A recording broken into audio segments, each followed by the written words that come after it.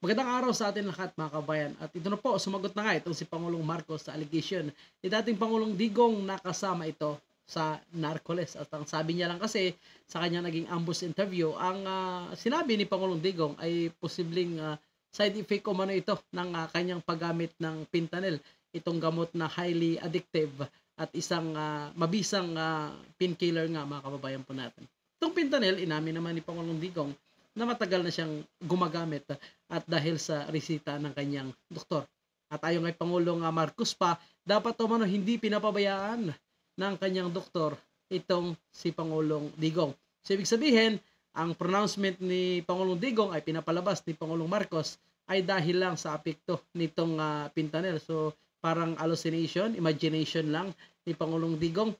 At ang naglabas ang PDEA at sinasabi na hindi umano kasama itong si Pangulong Marcos sa listahan ng mga gumagamit nitong illegal na pulburon mga kababayan po natin. Ngunit ilan pa rin sa ating mga kababayan na talagang sadyang hindi naniniwala kasi pwede naman umano na mag-deny itong PDEA.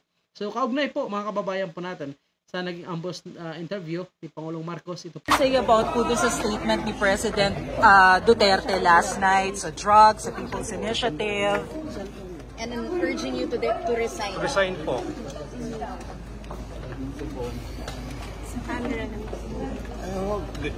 I think it's the fentanyl.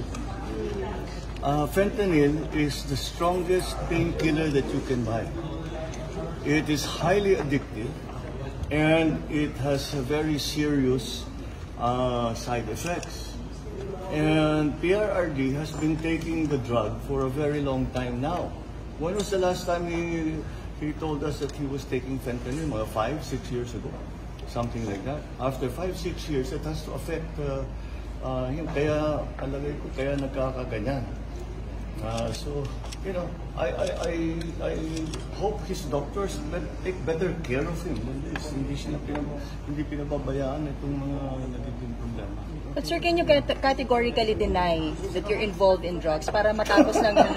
Okay na tayo. Thank you. Don't even dignify. Okay, PDEA report. Thank you, sir.